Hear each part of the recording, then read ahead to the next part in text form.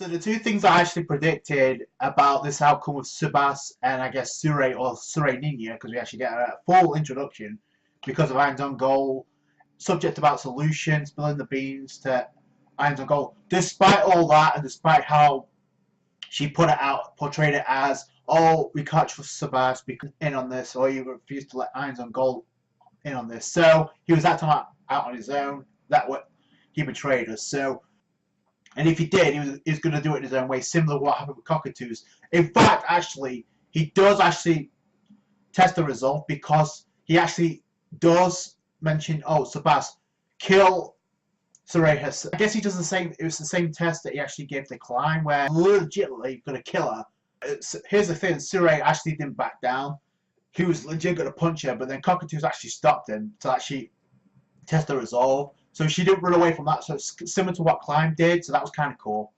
But in the end, it kind of gets resolved with, I guess, because Tsuare has some vital information for her diary about her sister, and I guess I am some goal knowing this sister of hers. I wonder who that could be. And Tsuare can actually clarify the fact that that was her goal.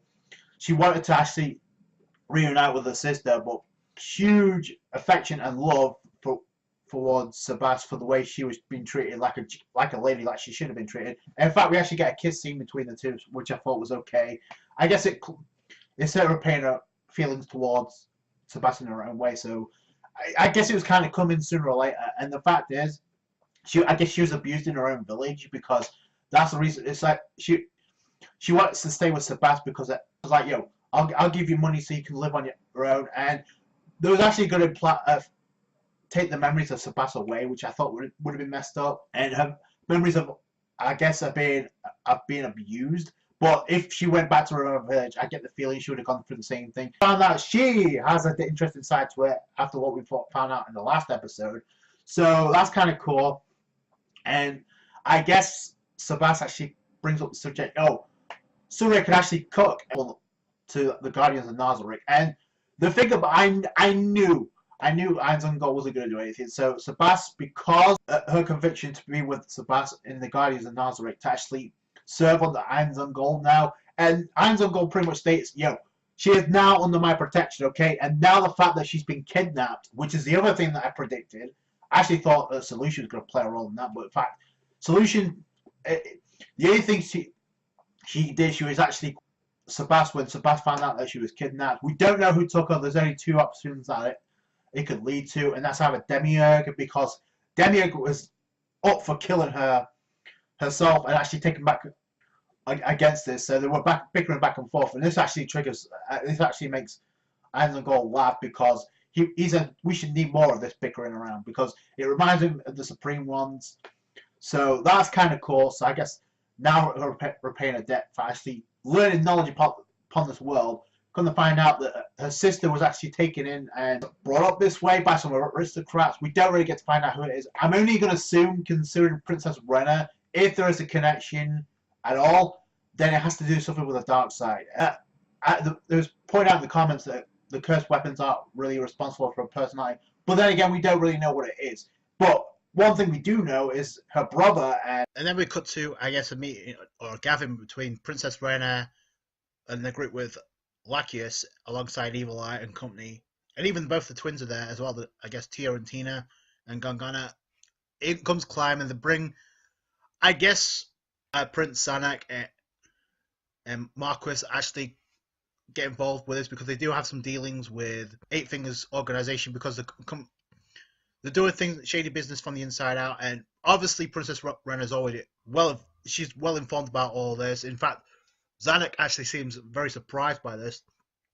Now, this kind of got sophisticated real quick, and it's confirmed that Princess Renner has had this dark side since a child because when she unleashed her smile, and I guess now we know why she was actually adjusting her smile in the previous episode, is because she has a similarity to, I guess, Solution's smile, which I don't know if there's a connection there, but I thought that was kind of interesting. But the mention of a sister of Tsuare and the fact that Princess Renner is pretty much a lookalike. Then again, we do have a lot of blondes in this group, so it could have been any one of them. Could even be Evil Eye. She's been in the mask this entire time, but I just get the feeling that an older sister. What do you guys think? I personally think it's Princess Renner, but I could be wrong. She is completely obsessed with Climb. In fact, she turned out to be she was confirmed to be a Tsundere in this episode because she literally states she wants to marry Climb. She's completely infatuated with him, but so much so she wants to keep him locked up. That's a Tsundere confirmed on the part of Princess Renner. So changed her personality through her childhood. We don't really know, but it's becoming clearer and clearer that she has a dark side. This brings Ainz on Gold and it gives her a bit of reason to interact with the 8 fingers, which I've been stating for I don't know how long. And given the fact, I don't know if we have 12 episodes in season 2 or 13, but either way, if Solution was like, yo, we should inform Ainz on Gold, and now we know that Ainz on Gold's going to be pissed by this. Okay, where were they taken? My guess is it was either 2 people. Either Demiurge did something, but then he flew off to, I guess, the place where I guess the fields were. So he's going to encounter the 8 fingers, or it was one of the subordinates from Zero who took her away. So and now Sebastian's going to be pissed by this because he's literally going to kill the person who kidnapped her. She actually makes the pledge to actually marry Climb, but I think she's actually going to put senses by the end of this, and then it's going to be Climb's responsibility to do that. But definitely, this is actually confirming a couple of things. The group led by Lakius is involvement in all this, and Climb is also getting to get involved. Now, with Stronov involved, I guess with Princess Renner hiring Stronov, this is by default going to bring in Ainz on Gold, and we're going to get an alliance, possibly by the finale of this arc. But I wonder if Albedo is actually getting the reinforcements. That alone is going to bring Shaltia, and by default, that should bring Brain Unglas as well, which that's going to be a fateful reunion because remember how he's been traumatized ever since he encountered a reunion between Ainz and Stronov, which is eventually going to lead to this alliance. I don't know if it's going to take place in season 2, like I said, unless there's 2 more episodes. Isn't episode 12 the finale? We actually get to see Albedo in this episode by the end, and I guess she has more body pillows of Ainz on Gold now. But what's going on with, I guess, with Solution, and now she knows, she was told, like, you know, call for some backup because we're going for a showdown, and Ainz on Gold means business now, and we don't know who, again, it could be Demiurge, because we know Demiurge is actually going to fight Ainz on Gold, considering what we saw in the opening. That's interesting, and it's definitely leading to a conflict next week.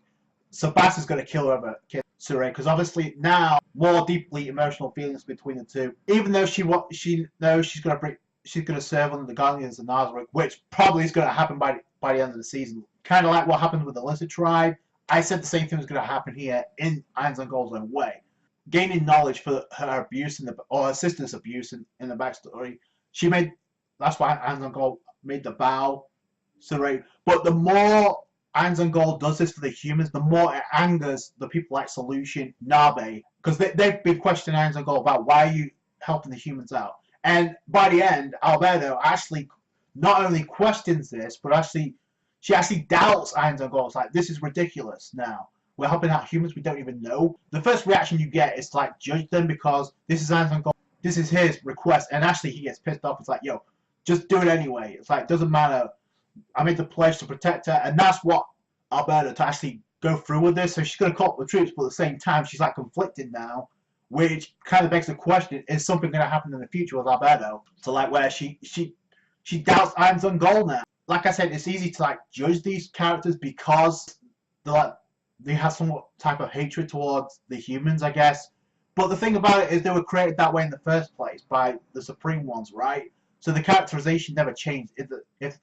Unless it's something like, I guess, like Sebastian, because when he first saved Tsuare, he questioned himself why he actually saved this girl, because maybe it was the way he was brought up like the Supreme Ones, or maybe he just felt the urge to protect him.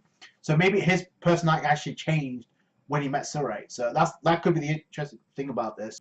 So we can discriminate over humans as well, as long as they don't get on his bad side. And given the fact that somebody's kidnapped Tsuare now, that makes a lot of sense. But the same thing could be said for Albedo and characters like Solution. Like they could have been created that way, or maybe their personality changed because of their involvement with the humans. Like I said, the more exposition we get on that, the better it is for the characters. Because we certainly learned a lot about Sebas's character in this arc. In fact, it's been the best thing in season 2. Sebas and Ainz are both going to go ham. The question is, was it Demiurge or is it somebody related to the 8 Fingers? And what is up with Albedo by the end of this episode? Is she going to play a role later in the series where she actually doubts Ainz on Gold now? Like, her love for Ainz on Gold is obviously it's obvious, but now she's like she's questioning. That could be a huge setup for what's to come later down the road. So I can't wait for that. That's it from me. Thank you so much for watching. Like this review if you did appreciate that. Subscribe to the channel for more Overlord. I assume we've only got one more episode. If not, let me know in the comments. Catch you guys later. Bye.